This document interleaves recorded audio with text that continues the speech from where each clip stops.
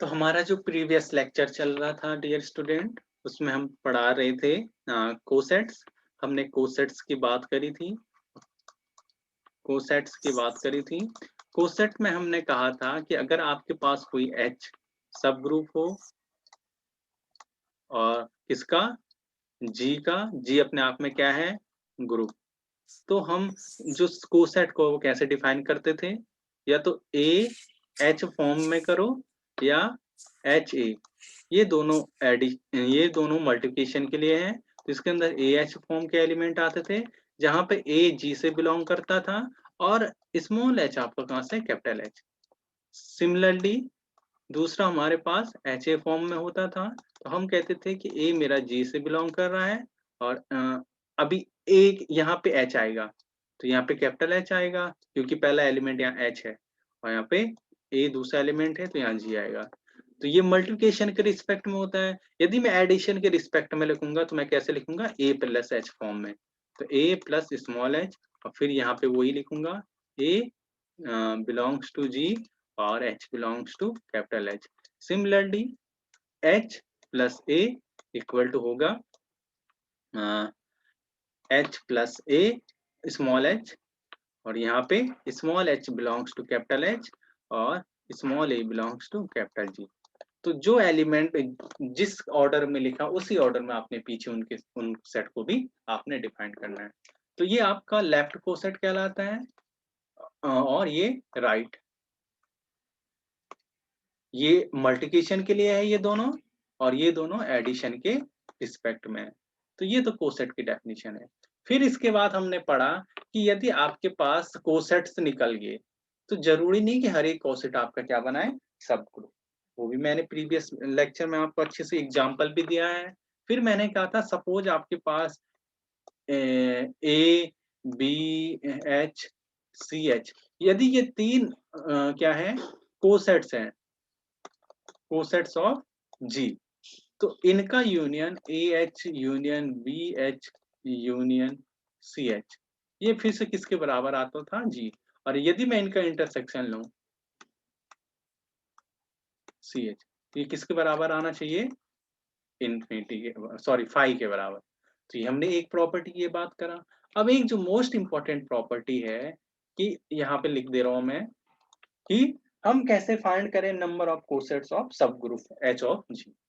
तो लिख देते हैं, मैं फॉर्मूला लिख देता हूँ सीधे, number of cosets of subgroup H of G कितना होता है, order of G divided by order of H. ये बहुत मोस्ट इंपॉर्टेंट फॉर्मूला है कि number of cosets of subgroup H of G कितने होंगे, तो ये होता है ये। अब मैं इसके लिए क्वेश्चन दे रहा हूं, एग्जाम्पल लेके चल रहा हूं। पहला मेरे पास है Q8, जी बराबर है मेरे पास Q8, या इसे Q4 भी बोलते हैं। तो मैं समझ गया कि इसका ऑर्डर कितना है, जी का ऑर्डर ऑफ जी है 8, क्वाटेरियन ग्रुप है। और आप जानते हैं इसमें एलिमेंट कैसे होते हैं, +-1 +-G +-K और +-I। ये अब इसका सब ग्रुप लिया है हमने, H लिया, एक सब ग्रुप लिया जिसमें एलिमेंट है 1 और -1। इस कंडीशन में इस H के रिस्पेक्ट में नंबर ऑफ कोसेट्स कितने होंगे, ऑर्डर ऑफ H कितना है इसका, 2 एलिमेंट। तो नंबर ऑफ कोसेट्स कितने आएंगे, कोसेट्स ऑफ सब ग्रुप H और G कितना आएंगे, ऑर्डर ऑफ G कितना है 8, ऑर्डर ऑफ H कितना है सब ग्रुप का 2, यानी इस कंडीशन में इसके पास 4 टोटल डिस्टिंक्ट कोसेट्स आएंगे। यदि मेरे पास G यही हो, G बराबर Q8 हो और H बराबर मेरे पास ये हो +-1 +-5, इस कंडीशन में ऑर्डर ऑफ G कितना है मेरा 8 और ऑर्डर ऑफ H कितना है मेरा 4। तो इस टाइम नंबर ऑफ कोसेट कितने होंगे, नंबर ऑफ कोसेट कितने होंगे 8/4 यानी 2। तो ये डिपेंड करता है कि आप सब ग्रुप का ऑर्डर कितना है, और वो ग्रुप के ऑर्डर को यदि डिवाइड कर रहा है तो उतने ही उसके पास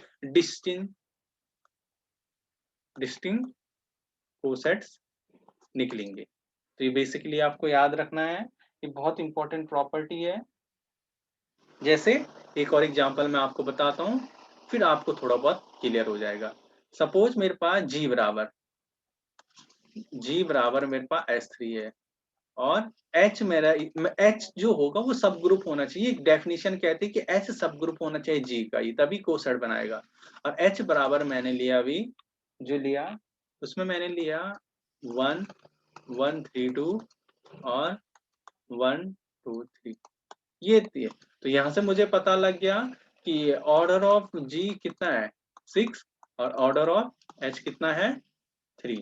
तो नंबर ऑफ कोसेट्स ऑफ सब ग्रुप H कितने आएंगे, इसके कितने कोसेट आएंगे 6/3, यानी 2 डिस्टिंक्ट कोसेट्स आएंगे। जो 2 डिस्टिंक्ट कोसेट्स आएंगे उनका यूनियन फिर G के बराबर आएगा और उनका इंटरसेक्शन 5 के बराबर आएगा। तो आई होप कि आप ये चीजें याद रख पाओ, ये काफी काम आएगा आपका। अब मैं जो बेसिकली आपके लिए सबसे पहले जिसमें मैं काम करने वाला हूँ अब, वो है मेरा लैग्रेंज थ्योरम। और उसके बाद हम देखेंगे कि क्या क्या चीजें इंपॉर्टेंट है लैग्रेंज थ्योरम के लिए और क्या क्या चीजें आपको आनी चाहिए। तो बेसिकली जो लैग्रेंज थ्योरम है, उससे पहले एक प्लीज एक और चीज, एक इंपॉर्टेंट चीज याद रखना है, एक और फॉर्मूला ताकि आपका काम आए। अगर G बराबर इनफाइनाइट इंटीजर का ग्रुप दिया हो, ये गिवन हो, और प्लस के लिए लेता हूं मैं ये, और H इसका सब ग्रुप हो, और H में कैसे एलिमेंट आ रहे हो 3A, जहां A कहां से बिलोंग कर रहा हो Z से। तो इस कंडीशन में इसके 3A नहीं, यहाँ पे Na कर देता हूं। तो नंबर ऑफ, इस कंडीशन में नंबर ऑफ कोसेट कितने होंगे, ये भी आपको फॉर्मूला सीधे n आएंगे। कितने आएंगे, जितना यहाँ पे ये दिया होगा। अगर यहाँ पे 3 होगा तो n की वैल्यू 3, अगर 2 होगा तो इसकी वैल्यू 2। अब वो कौन कौन से कोसेट्स होंगे इसके, तो ये भी मैं डिफाइन कर देता हूं। देखो, अगर मैं H बराबर क्या लूं 2n लो, सॉरी 2A, ये इस टाइप का एलिमेंट है, A कहां से बिलोंग कर रहा है Z से। तो इसके बाद जो कोसेट्स आएंगे कौन कौन से आएंगे वो देखते हैं। तो इस कंडीशन में जैसे यहाँ पे 2 लिखा होगा ना, 2 से लेस देन इंटीजर लिखना है। 2 से लेस देन इंटीजर कौन होते हैं 0 और 1, ये 2 से छोटे होते हैं। तो कोसेट कैसे लिखे जाते हैं एडिशन में A प्लस H फॉर्म में। तो A की क्या क्या पॉसिबिलिटी इस कंडीशन में, एक 0 और एक कितना होगा 1। तो जो आपका कोसेट बनेगा वो बनेगा 0 प्लस H 1 और एक बनेगा 1 प्लस H। तो ये 2 कोसेट्स होंगे, और जैसे मैं इनका यूनियन करूंगा 0 plus H union 1 plus H, ये कितना आएगा फिर से इंटीजर G के बराबर ये। तो ये आपको याद रखना है। अगर यहाँ पे 3 रहता, सपोज इस 2 की जगह कितना आता, अब मैं यहाँ पे नीचे से दूसरे कलर से आपको दिखाता हूँ कि यहाँ पे 3 लेके चलता मैं, इस कंडीशन में A की वैल्यू और एक स्टार्ट हो जाती तो दूसरा कोसेट क्या बनता ये। तो उस कंडीशन में इस पे एक और यूनियन करके क्या कर देता मैं 2 प्लस H। तो ये याद रखना है कि नंबर ऑफ कोसेट कितने हो रहे हैं। तो कोसेट ये होते हैं, एक कोसेट, 2 कोसेट और 3 कोसेट। तो देखो जब 3 वैल्यू है तो 3 कोसेट, अगर जब यहाँ पे 2 है तो 2 कोसेट। तो एक ये होता है, ऐसा करके भी आप निकाल सकते हैं। जब यहाँ पे देखो ये कैसा ग्रुप है इनफाइनाइट, इनफाइनाइट ग्रुप, और इससे पहले ये क्या था फाइनाइट ग्रुप, फाइनाइट ग्रुप। तो ये दोनों, आई होप कि आपको दोनों चीजें एग्जांपल समझ में आए होंगे। फाइनाइट के इसमें नंबर ऑफ कोसेट निकालने का मतलब होता है कि ऑर्डर ऑफ G डिवाइड करना चाहिए ऑर्डर ऑफ H, और इनफाइनाइट के केस में अगर ये इंटीजर का हो इस टाइप से करना है आपको। तो बेसिकली इसी टाइप के क्वेश्चन आपसे पूछे जा सकते हैं। तो आप आई होप कि ये समझ पाओ। फिर एक नेक्स्ट लेक्चर में जब भी होगा हम प्रॉपर्टी पढ़ेंगे कोसेट्स की। अभी हम बेसिकली सबसे पहले पढ़ना स्टार्ट कर देते हैं लैग्रांज थ्योरम, जो काफी इंपॉर्टेंट है।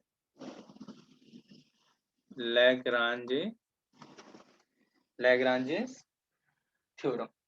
तो लैग्रांजेस थ्योरम काफी इंपॉर्टेंट थ्योरम है और ये थ्योरम आपको आनी चाहिए, मतलब ये किसी भी बाई हुक आपको आनी चाहिए। तो इसका जो होता है स्टेटमेंट बहुत अलग अलग टाइप से, तो मैं सारी स्टेटमेंट आपको लिखा के देता हूं कि ताकि आपको आ जाए। तो सबसे पहले इफ क्या हो, G is a finite group हो, if G is finite group, G finite group हो and H is a subgroup of G, then तब क्या होगा, order of H is a divisor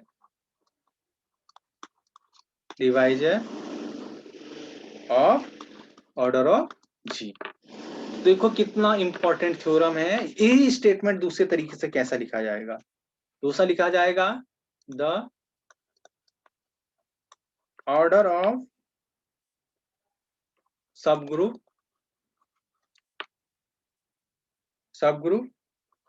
of A finite group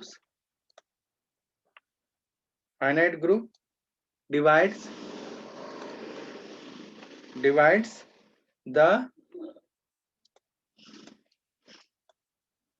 order of, तो दोनों का meaning same है, ये नहीं सीधे सीधे यही कह रहा है। अगर मेरे पास H कोई सब ग्रुप है G का, G मेरा क्या है, फाइनाइट, तो ऑर्डर ऑफ H भी क्या होगा, फाइनाइट आएगा। सपोज वो M है, फाइनाइट ही आएगा क्योंकि ग्रुप फाइनाइट है, तो हम जानते हैं उसके बाद जो नंबर ऑफ सब ग्रुप होंगे उनका ऑर्डर भी फाइनाइट होगा। और ऑर्डर ऑफ G भी फाइनाइट है, तो सपोज ये N है, तो ये यही कह रहा है कि M डिवाइड करेगा N को, M बाई N लिखा जाता है, M डिवाइड N, इसको पढ़ा जाता है M डिवाइड N, यानी M छोटा है। यहाँ पे बेसिकली M डिवाइड N में M को बड़ा मत समझ देना, जो आगे लिखा जाता है वो छोटा नंबर होते हैं, पीछे बड़ा। एब्स्ट्रैक्ट अलजेब्रा में इस तरीके से रिप्रेजेंटेट किया जाता है। बट अगर तुम अपने लिए देखो तो ऐसा लिख सकते हो अपने लिए, पर ये वाला सिंबल यहाँ पे यूज नहीं होता, यहाँ पे ये वाला यूज होता है, तो इसलिए यहाँ स्लैश करके लिखा जाता है M डिवाइड N, ऐसा बोलते हैं इसे। पर हम अपने माइंड में ये मान के चलेंगे कि N मतलब ऑर्डर ऑफ ग्रुप है और स्मॉल m हमारा क्या है, ऑर्डर ऑफ G। तो यानी लैग्रांजे थ्योरम फाइनाइट ग्रुप के बारे में बात करता है, सीधे सीधे ये मीनिंग है इसका। और इसका कन्वर्स ट्रू नहीं है। अब इसका कन्वर्स ट्रू नहीं है मतलब क्या हुआ, अब वो भी समझते हैं कि इसका कन्वर्स ट्रू नहीं है लैग्रांजे थ्योरम का। तो क्या मीनिंग है उसका, मैं यहीं पे इस पोर्शन को ये वाला पोर्शन डिनोट कर रहा हूं और फिर समझते हैं। तो इसका कन्वर्स बहुत इंपॉर्टेंट है कि क्यों नहीं है और कब होता है वो भी जानेंगे, हम दोनों सारी चीजें जानेंगे फिर बात करेंगे।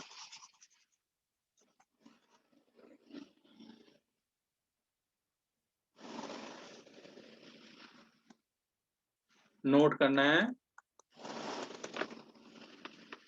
द कन्वर्स ऑफ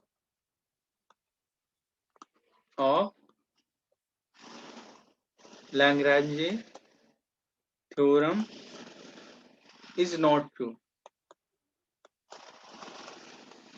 अब क्यों नहीं है, तो काउंटर एग्जांपल देते हैं हम। तो हम इसका काउंटर एग्जांपल देते हैं कि सपोज मेरे पास क्या है, ऑर्डर ऑफ G बराबर कितना है, कितना है, 4 है, S4, और S4 का ऑर्डर कितना होता है, 24, हम सभी जानते हैं। और H इसका सब ग्रुप है, किसका, किसका, इसका। और अगर H इसका सब ग्रुप है और H बराबर मान लिया A4, तो हम जानते हैं ऑर्डर ऑफ A4 कितना होता है, order of S4 divided by 2, यानी 24/2, कितना आया, 12। यस या नो? 12 आ गया। अब हमारा ये निकल गया। अब हम क्या करते हैं कि A4 को G मान देते हैं।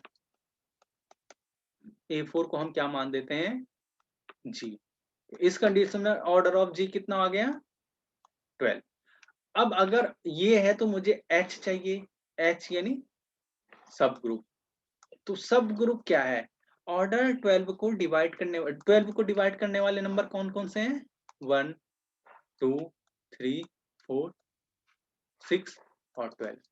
यही है 1 2 3 4 6 और 12। तो अब क्या होता है, यानी इस ऑर्डर के क्या होने चाहिए? इसके पास सब ग्रुप क्या होने चाहिए? एग्जिस्ट करने चाहिए। यानी 6 का ऑर्डर का भी सब ग्रुप एग्जिस्ट करना चाहिए, 1 ऑर्डर का भी, 2 ऑर्डर का भी, 3 ऑर्डर का, 4 ऑर्डर का, 6 ऑर्डर, 12 ऑर्डर, इन सब का सब ग्रुप का ऑर्डर क्या करना चाहिए? एग्जिस्ट करना चाहिए। बट यहाँ पे क्या होता है, बहुत ध्यान से देखना है। यहाँ पे ना A4 के पास ऑर्डर 6 का कोई भी ऑर्डर 6 का कोई भी सब ग्रुप नहीं होता है। यहां से ये मीनिंग निकला कि 6 divide A4, but A4 has no subgroup of order 6। यानी 6 12 को तो डिवाइड कर रहा है, बट A4 के पास है, A4 has no subgroup of order 6। तो ये आपको याद रखना है कि जरूरी नहीं अगर ए मेरा फाइनाइट सब ग्रुप, अगर मेरे पास ऑर्डर ऑफ एच गिवन हो या ऑर्डर ऑफ जी गिवन भी हो, तो जरूरी नहीं कि ऑर्डर ऑफ एच जो इसका सब ग्रुप है वो ग्रुप के ऑर्डर को डिवाइड करे। यहाँ पे तो ये सारे नंबर करे, यानी 6 ऑर्डर का भी सब ग्रुप होना चाहिए था इस A4 के पास, बट A4 के पास कोई भी 6 ऑर्डर का सब ग्रुप नहीं होता है। तो ये इसका काउंटर एग्जाम्पल होता है।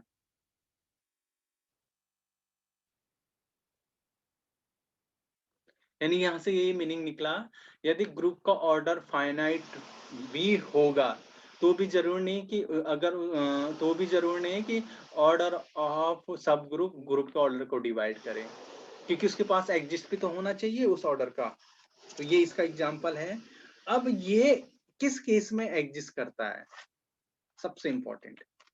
अगर ग्रुप का ऑर्डर फाइनाइट हो, ओनली फाइनाइट लिखा है, तो ये हमने देख दिया कि अभी हमने ऑर्डर ऑफ जी बराबर A4 लिया था, तो इसके पास तो है ही नहीं। इस कंडीशन में ये क्या हो गया? लैग्रेंज थ्योरम क्या हो गया? कन्वर्स वो हो गया। अब ये कब इसका सब केस है, यानी कब इसका कन्वर्स भी ट्रू होता है, बहुत इंपॉर्टेंट है। Converse true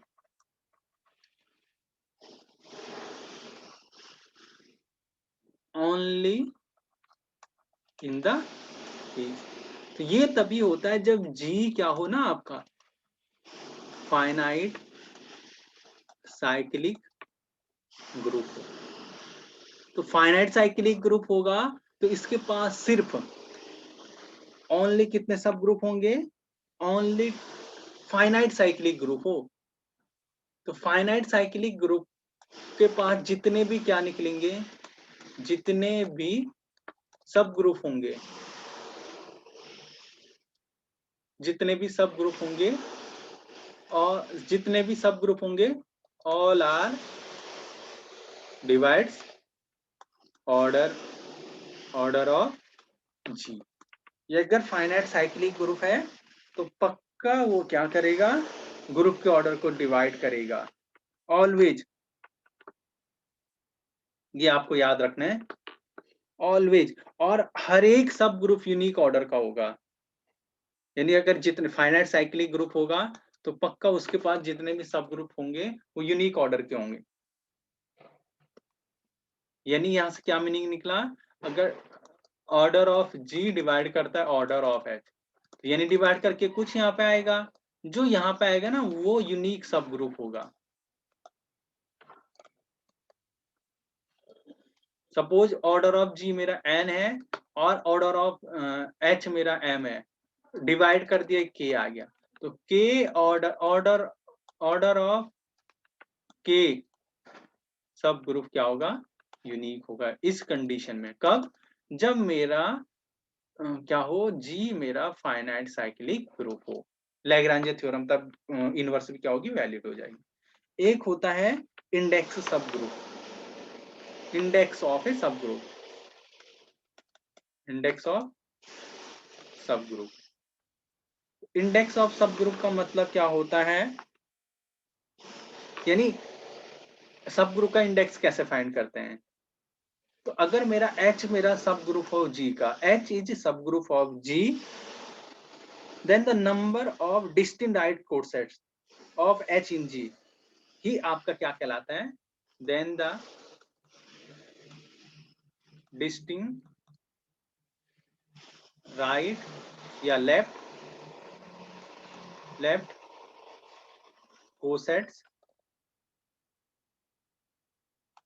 of H in G।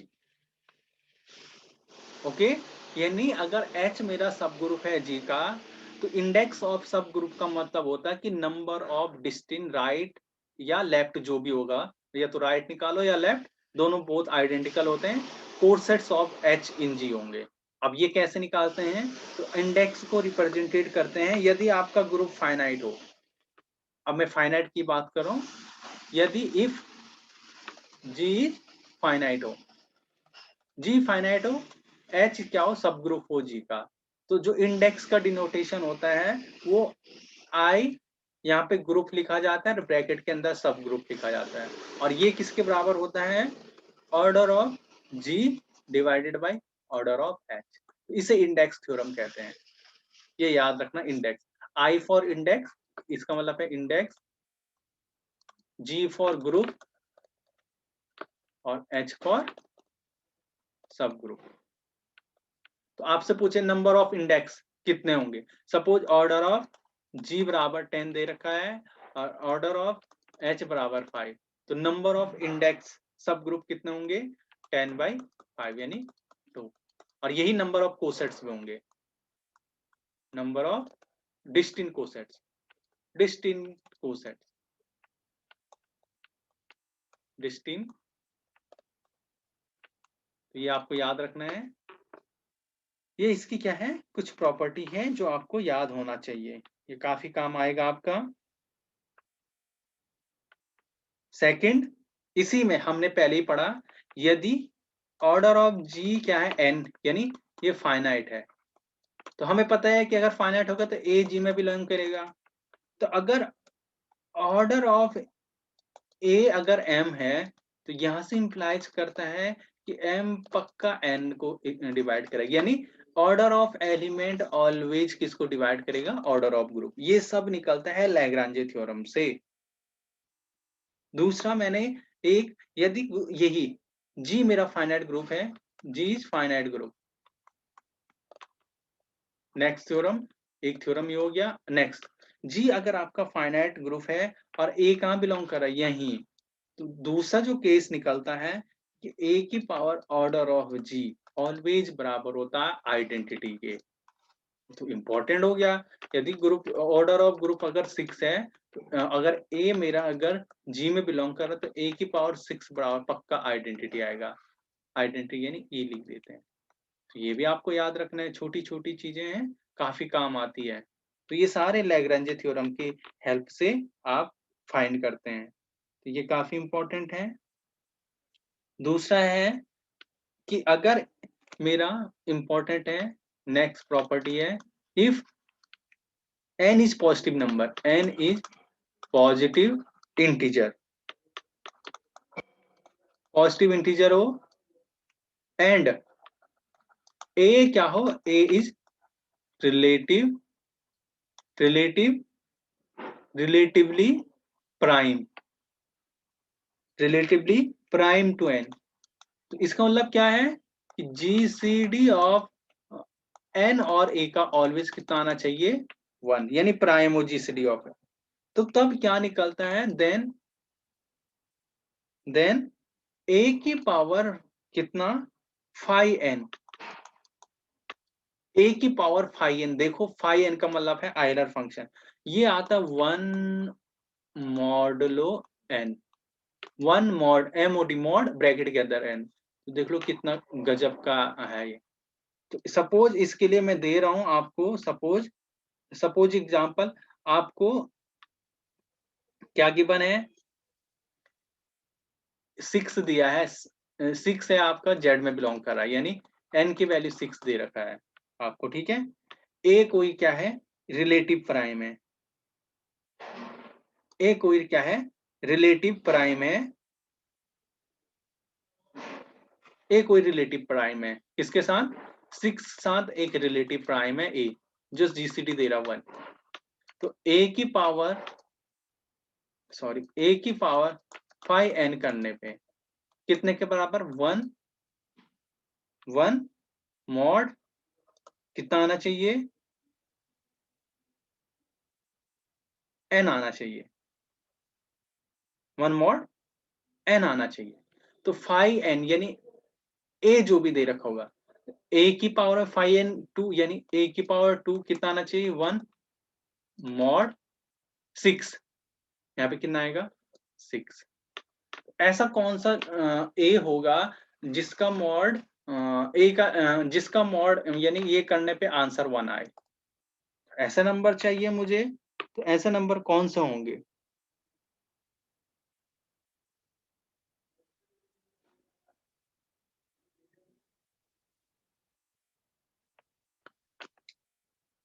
ऐसा नंबर चाहिए जो आपका क्या आ जाए,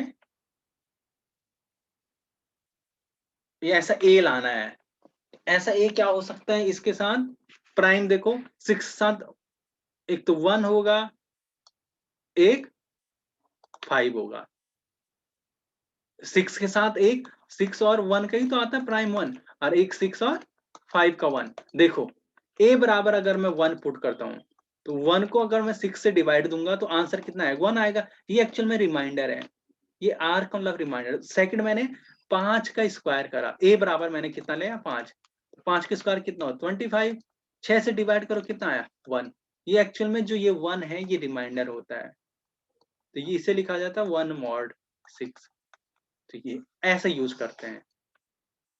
आई होप कि आप समझ पा रहे होंगे कि मैं क्या कह रहा हूं। ऐसे आप एक एग्जांपल आप देखना, मैंने आपको दिया, हम जानते हैं ऑर्डर ऑफ यूएन किसके बराबर होता है, फाइव एन का, समझ में आया, ऑर्डर ऑफ एन किसके बराबर होता है फाइव एन का।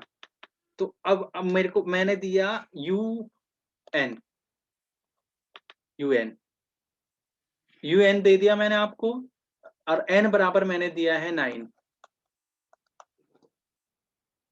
एन बराबर मैंने दिया आपको 9। अब मुझे आप ये लगा के दिखाना ए 5n, और यहाँ पे इक्वल टू 1 मॉड, यहाँ तो 9 ही आएगा, यहाँ तो n आता है, तो अब 5n की वैल्यू निकालना, n की वैल्यू 9 गिवन है, a क्या है, जीसीडी ऑफ 9 और a कितना आना चाहिए 1, क्या क्या पॉसिबिलिटी हो सकती है वो आप मुझे बताओगे, तो ये आपका काम है।